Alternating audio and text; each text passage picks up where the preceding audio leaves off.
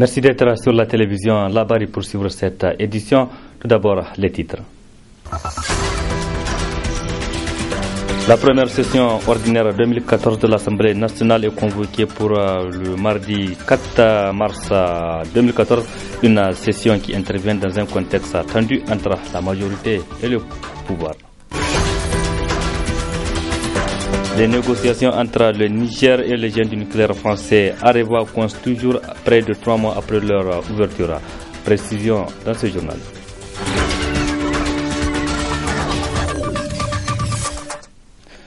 Mesdames, Messieurs, bonsoir et ravi de vous retrouver sur ce plateau. Cette brève pour débuter ce journal, une motion de défiance vient d'être déposée par un groupe de conseillers de la ville de Maradi contre le président du conseil de ville de Maradi, Kassou Mokhtar. Contacté au téléphone, Kassou Mokhtar n'a pas voulu se prononcer par rapport à cette motion. Seulement, il nous a confirmé que le vote aura lieu demain, mardi 4 mars. Plaise à Dieu. Cette autre brève, une réunion du Conseil des ministres a eu lieu cet après-midi sous la présidence du président de la République, Issoufou Mamadou.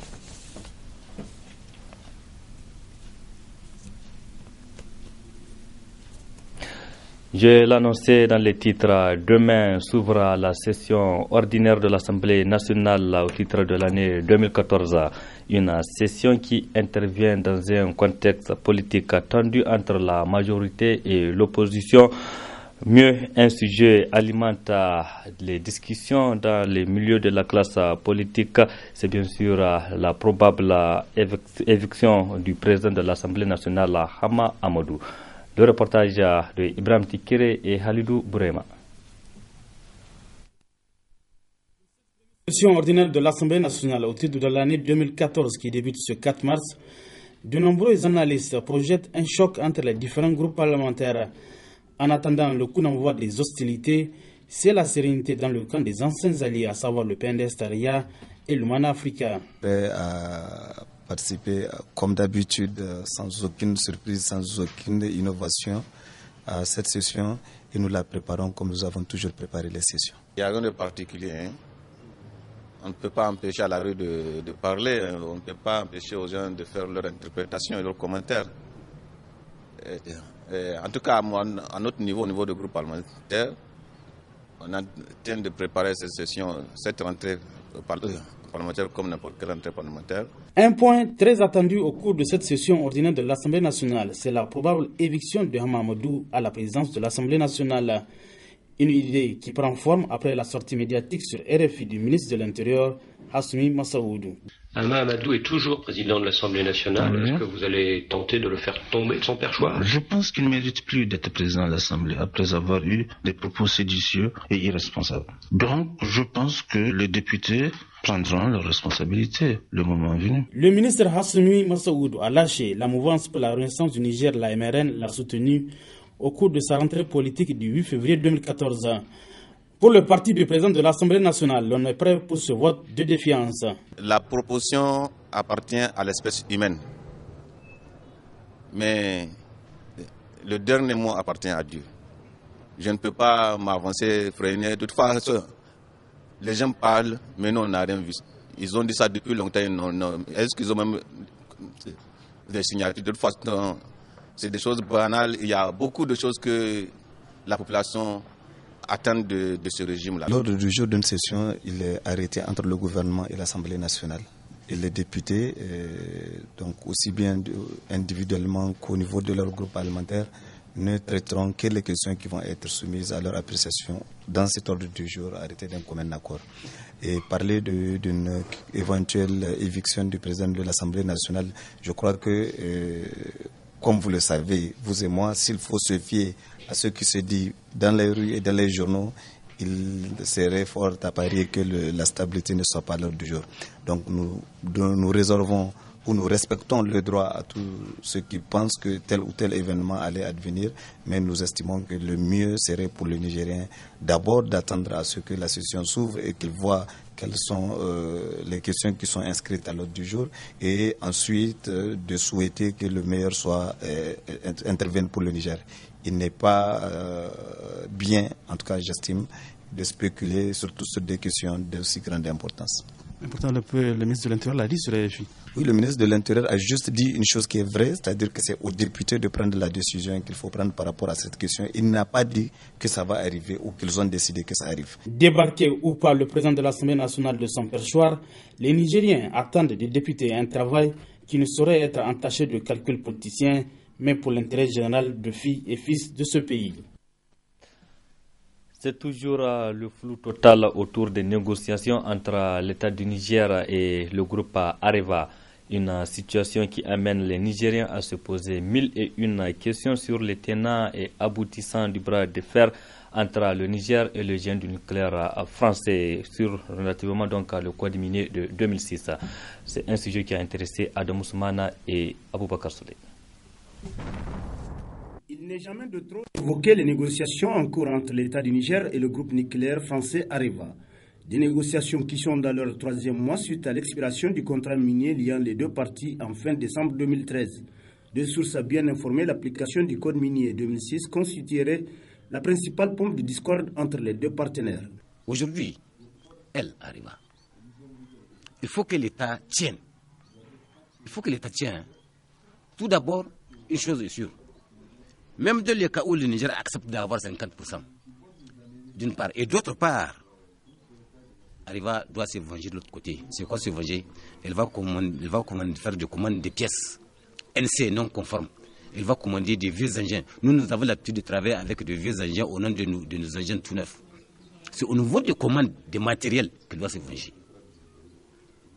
Nous, on connaît Areva. C'est nous les miniers, c'est nous les anciens miniers, on connaît tout. Nous, dans tous les cas, en ce qui concerne la révision du contrat, il faut que ça soit bénéfique. Donc, Areva gagne, le Niger gagne. Nous, travailleurs qui sommes à Arlit, parce que quoi que les gens se disent, et ils sont en Niamey à 1000 km de nous, nous, on sent du mal, on souffre. Donc, ils peuvent faire tout ce qu'ils veulent, nous, ce qui nous concerne, on fait, ils révisent, il faut qu'on gagne nous aussi. Dans ce pays, la réalité, dans la localité d'Arlit, dans la région d'Agadez, c'est que les gens ne voient pas concrètement les retombées de l'uranium. Les retombées de l'uranium ne riment pas forcément avec un encaissement de sous par le gouvernement ou par l'État. Donc nous pensons qu'il faudrait partir des intérêts réels des populations. Cependant, selon certaines informations non officielles, l'État du Niger aurait accepté un arrangement avec Areva pour le fameux code minier. Une information qui, si elle s'avère vraie, porterait préjudice au pays, d'après les acteurs de la société civile active dans les questions des industries extractives. Ça serait très grave, d'autant plus que d'abord, la constitution du Niger stipule que les ressources naturelles et du sous-sol appartiennent au peuple nigérien. Et dans le cadre de leur exploitation, la loi prévoit, la constitution prévoit les conditions dans lesquelles l'exploitation doit se faire. Et cette exploitation doit se faire de manière transparente. Donc c'est déplorable parce que nous n'avons pas d'informations officielles. C'est vrai que nous sommes arrivés à terme de négociations normalement le 28 février, mais aucun communiqué officiel n'est venu nous le dire. Et on ne sait pas où est-ce que nous en sommes exactement. Deuxièmement, ça serait déplorable parce que toujours la Constitution du 25 novembre 2010, en son article 41, elle dit « Les biens publics sont sacrés et inviolables. Toute personne doit les respecter scrupuleusement et les protéger. » Et les ressources naturelles et du sous-sol sont des biens publics. Les autorités actuelles ont le devoir sacré de les protéger, de les respecter. Et les respecter, c'est faire en sorte que la loi 2006 soit appliquée à toutes les compagnies. Face à une situation pareille, les organisations de la société civile nigérienne n'entendent pas baisser les bras et comptent à cet effet mobiliser le peuple souverain nigérien dans ce noble combat. Nous n'avons pas à baisser les bras. La question de l'uranium est juste une question qui est venue à un moment T, parce qu'il s'est trouvé qu'on était en train de renégocier des nouvelles conventions et le combat s'est emballé dedans. Mais je pense que c'est une question d'ensemble. Toutes les ressources du Niger qui sont actuellement exploitées ne sont pas en train de profiter aux Nigériens.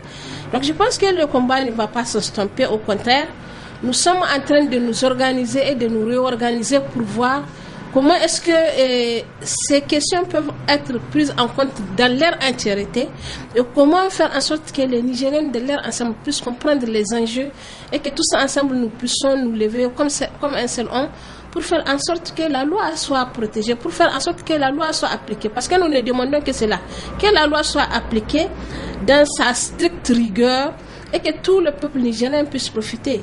Quoi qu'il en soit, il appartient aux décideurs politiques de se dire que l'intérêt du Niger et des Nigériens prime sur tout autre intérêt et qu'ils doivent à tout prix le défendre. Ne pas le faire, c'est tout simplement trahir le peuple. Deux communiqués de presse du Conseil supérieur de la communication CSE en 72 heures. Le CSE rappelle aux médias publics et privés leurs obligations dans le traitement de l'information. Après avoir relevé quelques dérapages, le Conseil supérieur de la communication a annoncé la mise en demeure à l'ensemble de la presse nigérienne. Que pensent les organisations socio-professionnelles de médias de cette décision? Élément de réponse dans ce reportage de Michel Djedi. Pour le Conseil supérieur de la communication, il s'agit, à travers ces communiqués de presse, de rappeler aux médias dans leur grand ensemble leur obligation de promouvoir l'unité nationale, la tolérance, la paix et la sécurité entre toutes les communautés composantes de la nation, conformément aux valeurs républicaines prônées par la Constitution du 25 novembre 2010. À la Maison de la Presse, l'on a une lecture particulière de ce rappel à l'ordre du CSC. Il faut le dire, depuis un certain temps, nous avons tous fait le constat, de plus en plus, une certaine classe politique qui comprend effectivement des personnalités tant du pouvoir que de l'opposition, vraiment est en train de développer ce discours à travers les médias. Je pense que là est une bonne chose pour le régulateur d'interpeller les journalistes, mais je pense qu'il faut aussi attirer l'attention des leaders politiques parce que c'est d'abord eux qui ont commencé à développer ces discours et on ne sait pas à quel dessein. Face à cette situation, le président de la Maison de la Presse appelle la grande famille de la presse nigérienne à plus de respect de l'éthique et de la déontologie du métier. Je pense que les journalistes doivent faire le maximum pour éviter ces genres de discours, pour éviter de relayer de tels discours. Donc c'est vraiment ça la responsabilité qu'incombe aujourd'hui aux journalistes nigériens.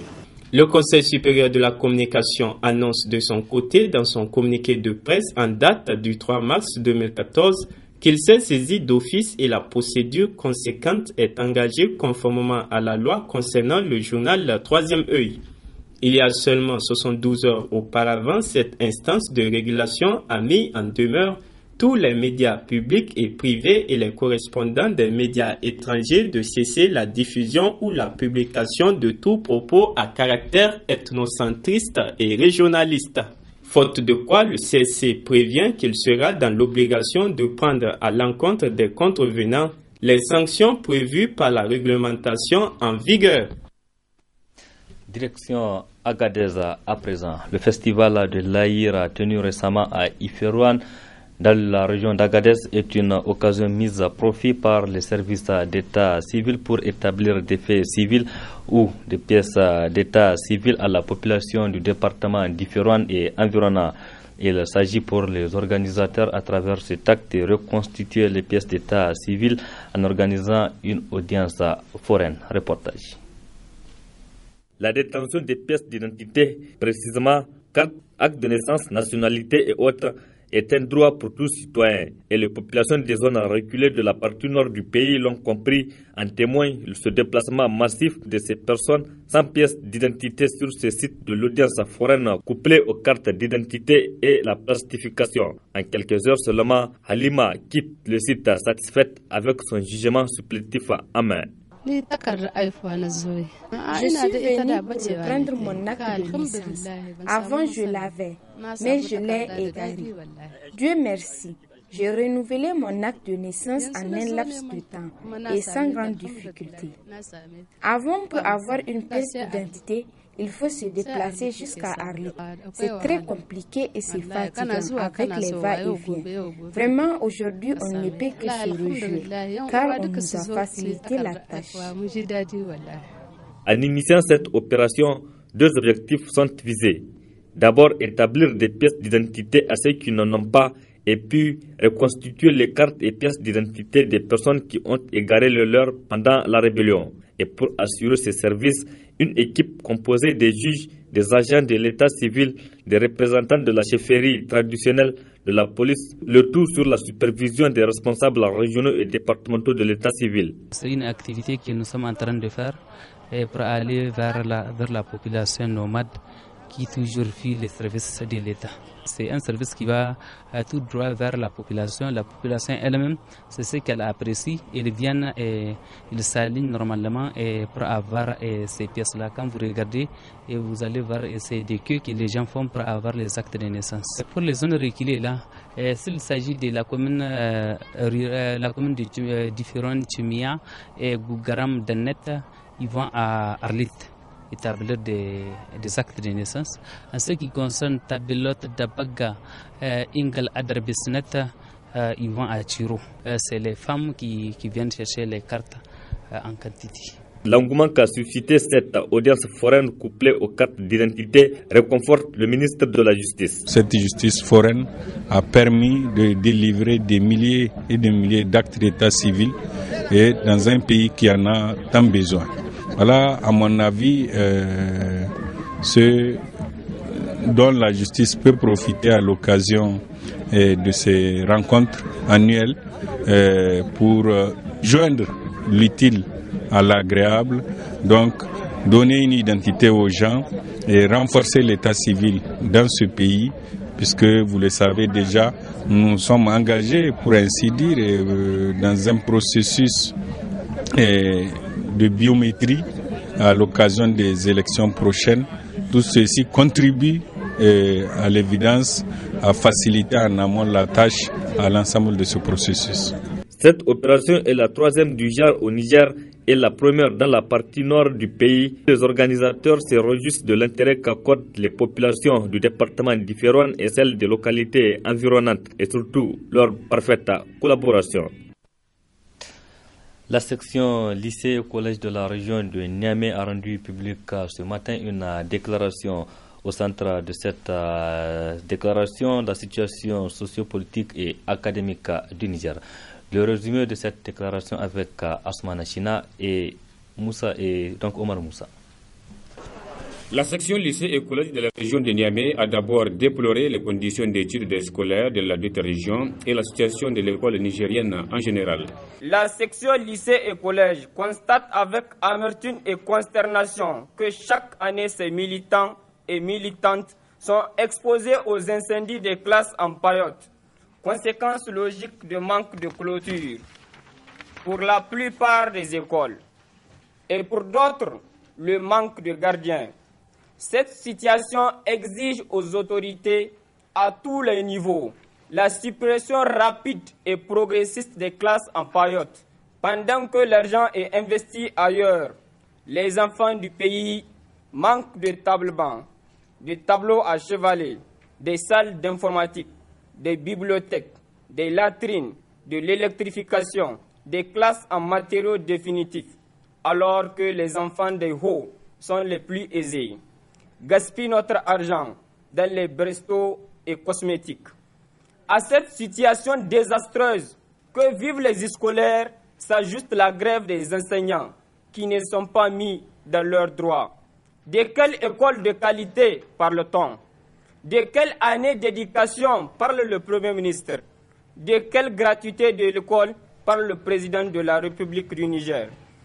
Quand cette école est abandonnée à son sort, du fait que le minimum n'est pas garanti pour les enseignants et leurs enseignés. Le comportement de certains hommes politiques de notre pays et les négociations avec Arriva sont des sujets qui préoccupent la section lycée et collège de la région de Niamey.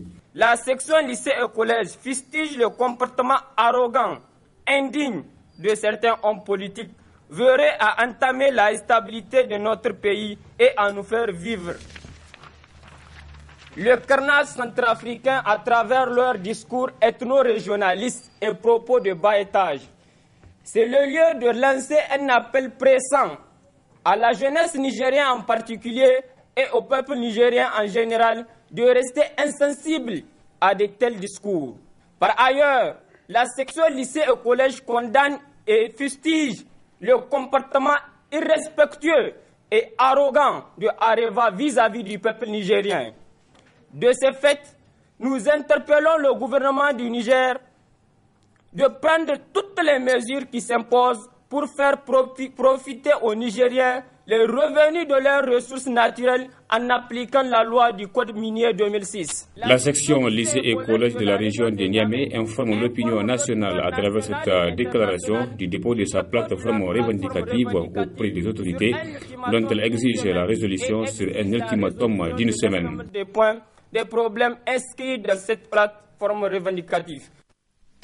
Je rappelle à cette brève pour vous, une motion de défiance vient d'être déposée ce jour par un groupe de conseillers de la ville de Maradi contre le président du conseil de ville de Maradi, Kassoum Mokhtar. Contacté au téléphone, Kassoum Mokhtar n'a pas voulu se prononcer par rapport à cette motion. Seulement, il nous a confirmé que le vote aura lieu demain mardi 4 mars 2014. C'est la fin de cette édition, mesdames et messieurs. Merci à vous qui l'avez suivi et resté en compagnie du programme de la télévision Labari. Au revoir et excellente nuit à toutes et à tous.